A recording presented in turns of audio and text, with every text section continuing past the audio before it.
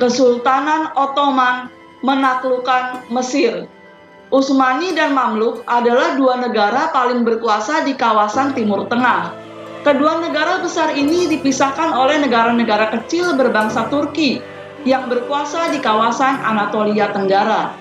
Sebelum masa pemerintahan Sultan Selim I, Utsmani maupun Mamluk beberapa kali pernah terlibat perselisihan.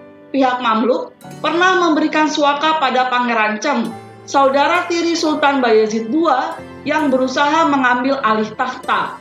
Pada masa Utsmani di bawah kepemimpinan Bayezid II, Utsmani dan Mamluk pernah terlibat beberapa peperangan, meski batas kedua negara cenderung tidak berubah. Keseimbangan di kawasan Timur Tengah mulai bergeser saat bangkitnya Wangsa Safawiyah di kawasan Persia. Pihak Mamluk mengharapkan perselisihan di antara Utsmani dan Safawiyah, sehingga membuat kedua negara besar itu saling melemah. Saat Safawiyah berusaha menjalin kekuatan Eropa untuk membuat persekutuan anti-Utsmani pada awal tahun 1500-an, Mamluk memberi izin duta besar Safawiyah untuk melewati wilayah mereka dalam rangka berhubungan dengan Eropa. Pihak Utsmani menekan Mamluk agar tidak membiarkan duta tersebut kembali ke Safawiyah. Setelah kekalahan Safawiyah dalam Perang Chaldiran dan pendudukan Selim atas negara-negara bangsa Turki pada musim panas tahun 1515, perselisihan di antara Mamluk dan Utsmani menjadi terlihat jelas. Sultan Mamluk saat itu, Kanus Al-Ghuri, menerima tawaran persekutuan dari Ismail I pada tahun 1516. Al-Ghuri bertolak menuju Syria, meninggalkan salah satu menterinya, Tuman Bey. Al-Ghuri berangkat ke utara diiringi perayaan yang meriah bersama para pejabat tinggi, tabib, dan musisi. Pemimpin dinasti Abbasiyah Muhammad Al-Mutawakkil juga turut serta dalam rombongan ini. Dalam perjalanan, Sultan Al-Ghuri juga menerima Pangeran Ahmed, keponakan Sultan Selim, dalam rombongannya dengan harapan dapat menarik simpati dari pasukan Utsmani. Pasukan Utsmani dan Mamluk bertemu dalam pertempuran March Dabik pada tanggal 24 Agustus tahun 1516.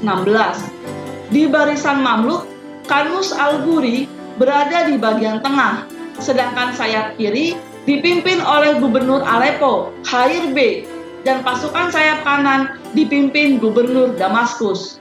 Pasukan kavaleri sayap kiri Mamluk berhasil mendesak pasukan kavaleri sayap kanan Utsmani, tetapi pihak sayap kiri Mamluk mundur setelah menerima serangan meriam. Kavaleri sayap kiri Utsmani juga berhasil dipaksa mundur setelah mendapat serangan dari pasukan tengah dan sayap kanan Mamluk. Meski begitu, pasukan tengah Mamluk mundur setelah mendapat serangan meriam. Begitu juga pasukan sayap kanan Mamluk yang mendapat serangan tembakan dari pasukan Yanisari.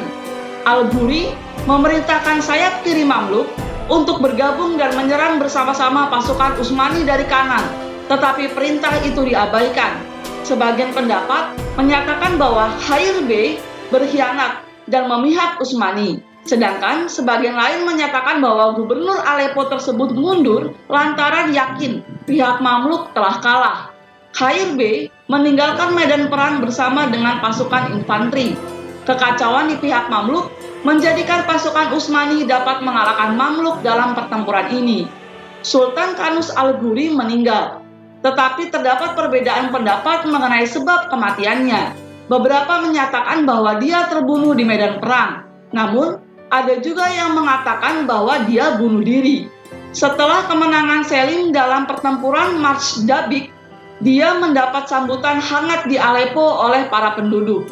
Selim menerima pemimpin dinasti Abbasiyah dengan ramah dan mengecam para hakim karena kegagalan mereka memeriksa pemerintahan buruk dari Mamluk.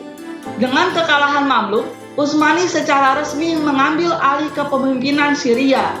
Setelah kemenangan di March Dabik, Selim menunggu untuk mengamankan kedudukannya dengan menunggu datangnya angkatan laut Utsmani.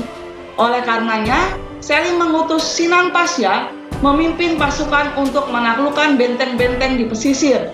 Di Mesir, Tuman Bey naik tahta sebagai Sultan Mesir dan merekrut pasukan baru, menolak tunduk menjadi bawahan Utsmani.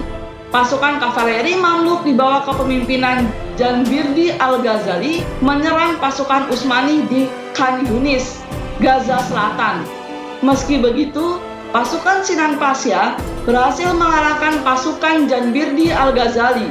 Pasukan Mamluk yang tersisa mundur ke Kairo bersama Janbirdi Al-Ghazali yang terluka.